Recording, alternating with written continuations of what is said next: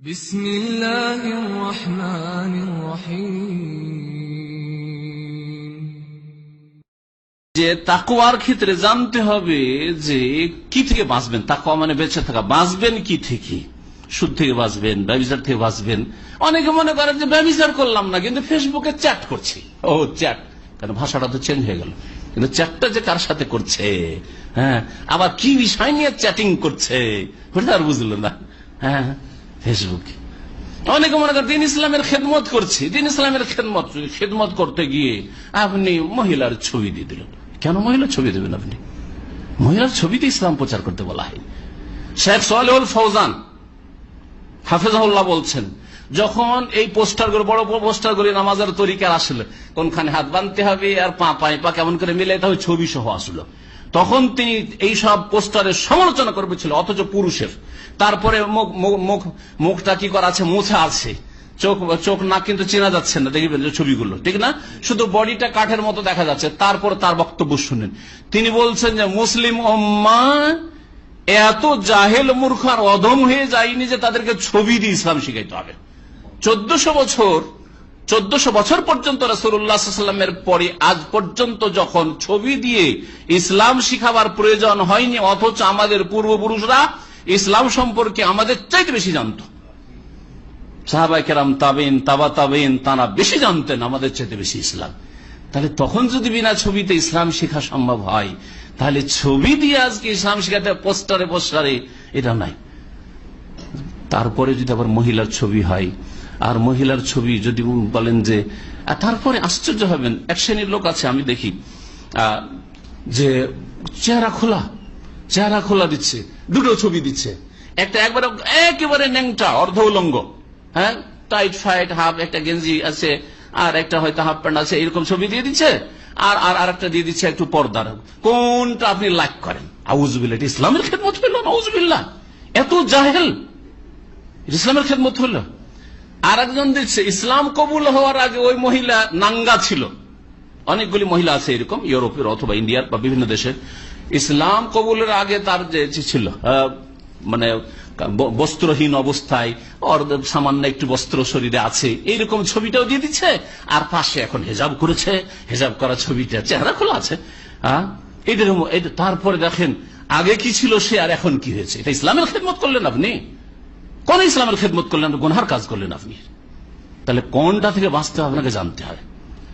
যদি বলেন আমি বোরখা দিয়ে ঢেকে মহিলা দিলাম, মহিলা যদি বোরখা দিয়ে ঢাকাও থাকে, তারপর পুরুষের মনে একটা অস্বস্তি হবে না? হবে না? হবে না? অবশ্যই হবে। আর ছবিটা আরো বেশি হবে। ছবি ফিতনা, মহিলাদের ছবি আরো ফিতনা।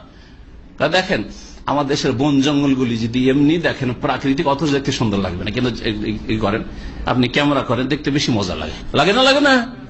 লাগে না? লাগে না?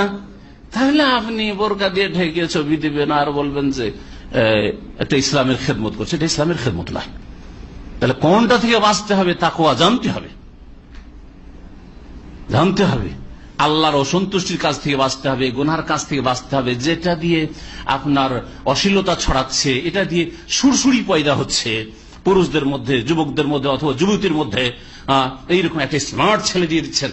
আর কিছু ছেলেরা আরো, যখন এই কথাগুলি আসলে তখন আরো বলি, কিছু আমাদের যুবক ভাইয়ের রয়েছে, হ্যাঁ, তিনি মন মেজাজ রাখেন, কিন্তু একদিন এক স্মার্ট হয়ে ছবি দিচ্ছে। একদিন ধরে ফ্যাশন করে দিল, একদিন ধরে চুলের কাটিংটা এইরকম করে একবারে দিল ছবি, আর একদিন আর একটা লেবাস পোশাকে দিল, আর একদিন ড্রাইভিং করছে আর এইভাবে দিল।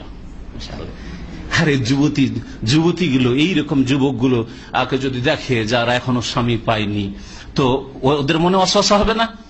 আপনার যদি একটা মেয়েকে দেখলে, মহিলাকে দেখলে অস্বস্তি হয়, তো তাদের অস্বস্তি হয় না? ওরাকেও তো আল্লাহ ওইভাবে পয়দা করেছেন। আল্লাহ পাক তো এই ফিতরাত, নেচার দিয়ে পয়দা করেছেন যে ছেলেরা, যুবকরা যুবতীর দিকে আকৃষ্ট হবে, আর যুবতীরা যুবকের দিকে আকৃষ্ট হবে। বরং একটা বুড়িও যদি থাকে, বুড়া আকৃষ্ট হবে।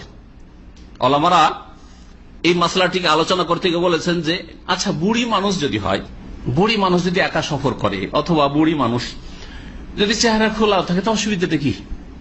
বুড়ি আসছে 60 বছর 70 বছরের বুড়ি, আর হজ করতে আসছে, একা একটা কাফেলাতে চলে আসছে, অসুবিধা কি? এর উত্তরে সালাফি ওলামারা বলেছেন, লেকুল্লে সাকেতাতেন লাকেতা, শুনে রাখেন, প্রত্যেক পড়ে থাকা বস্তুকে কেউ না কেউ কুড়াবে। কি বুঝলেন? প্রবাদের শুনে, আরবির প্রবাদ শুনে, প্রত্যেকে পড়ে থাকা বস্তু কেউ না কেউ কুড়াবে। একটা টিস্যু পড়ে আছে, হয়তো টিস্যুটা পড়ে আছে এখানে নিচে, আমি হয়তো কুড়াবো না, কিন্তু আর একজন দেখলো ভাই আমার খুব ঘাম হয়ে গেছে, টিস্যুটার দরকার, অথবা আমরা হাতটা কোন একটা প্রয়োজন, কুড়াবে না কুড়াবে না? কুড়াবে। তো একটা বুড়িকে হয়তো একটা যুবক, এইরকম যুবক গুলো কেউ কুড়াতে যাবে না, কিন্তু একটা 60 বছরের বুড়া যদি দেখে ওই বুড়িকে, ওর মনটা ওই দিকে যাবে যে আমার জন্য তো এইটাই ঠিক আছে, ঠিক কিনা? জি হ্যাঁ, আপনাদের বোঝানোর জন্য বলছি, আল্লাহ পাক যেন বুঝার তৌফিক দান করে। সুতরাং সে বুড়ি হোক আর যুবতী হোক, বুড়া হোক আর যুবক হোক, ওই স্মার্ট করে দেওয়া ছেলেদের অথবা মেয়েদের ছবি দেওয়া, হেজাবের সাথে হোক আর হেজাব বিহীন হোক, এগুলি করবেন না। আর এই রকমই যে কোনো গুনাহ বা নেকি আপনাকে জানতে হবে যেটা নেকির কাজ না গুনার কাজ, এটা ইসলামের খেদমত করলাম নাকি আর ইসলামের ক্ষতি করলাম, আমার নিজের ইমান আমলের ক্ষতি করলাম। আল্লাহ পাক রব্বুল আলামিন যেন সমস্ত রকমের ফিতনা থেকে, পাপ থেকে বেঁচে থাকার তৌফিক দান করেন।